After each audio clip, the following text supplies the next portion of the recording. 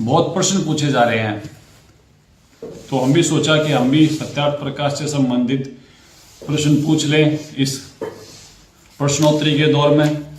सत्यार्थ प्रकाश में लिखा है समोल्लास 4 पेज नंबर 71 पर स्वामी दयानंद ये कहते हैं कि 24 वर्ष की कन्या और 48 वर्ष का व्यक्ति यदि विवाह करता है तो ये विवाह उत्तम कहा जाएगा, जबकि ये पिता और पुत्री की आयु है, यानी कि 24 वर्ष बड़े व्यक्ति से विवाह करने को स्वामी दयानंद ने उत्तम क्यों बताया है, इसका जवाब दें। समोल्लास 4 पेज 96-97 पे लिखा है कि विधवा स्त्री विवाह ना करे, वो नियोग करे। नियोग का तात्पर्य लिव इन रिलेशनशिप, यानी किसी अन्य व्यक्ति के पास जाए, संतान उत्पत्ति करे। संतान उत्पत्ति होने के बाद जो संतान होगी वो उसके मृत पति की संपत्ति की अधिकारी होगी। इसके बाद जिसका पति जीवित है, यानी कि सुहागन भी नियोग कर सकती है।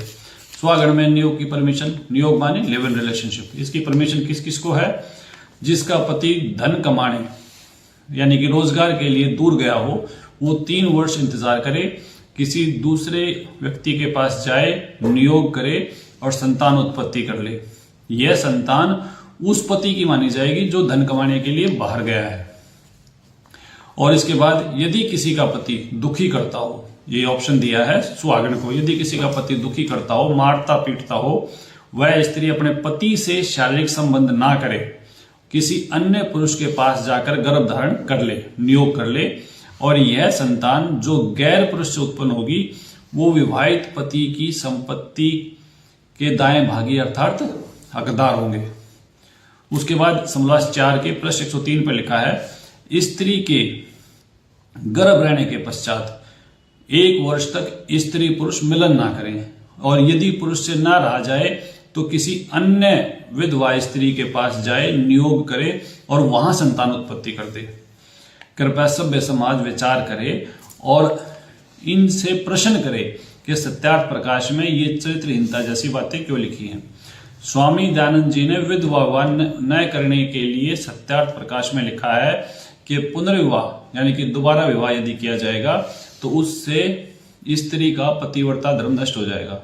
विधवा विवाह पुनर्विवाह से तो पतिव्रता धर्म नष्ट हो जाएगा, और नियोग का उन्होंने विकल्प दिया है।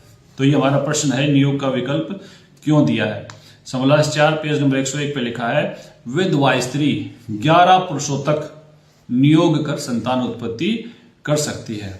ऐसे कुक्रम को सत्यार्थ प्रकाश में क्यों लिखा गया, इसका जवाब देना मैं समझता हूं जरूरी है, देना चाहिए। जो लोग सत्यार्थ प्रकाश का प्रचार करते हैं वो ये भी समाज को बताएं कि सत्यार्थ प्रकाश के समोल्लास 8 के लास्ट वाले पेज पे 197, 198, 197, 98 पर यह लिखा है कि सूर्य पर पृथ्वी की तरह मनुष्य तथा अन्य प्राणी रहते हैं, और सर्व पदार्थ जैसे काजू किशमिश मेवे बाग बगीचे दरिया व जल है, यानी कि सूर्य पर पृथ्वी की भांति ही सृष्टि है।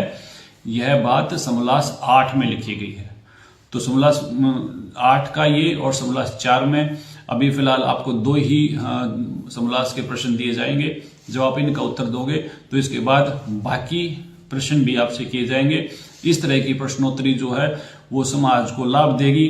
सत्यार्थ प्रकाश को पहचानने में जनता का सहयोग किया जाएगा, और आपका जो सत्यार्थ प्रकाश का प्रचार है उसको भी जनता समझ जाएगी। सत साहेब सतगुरुदेव जी की जय।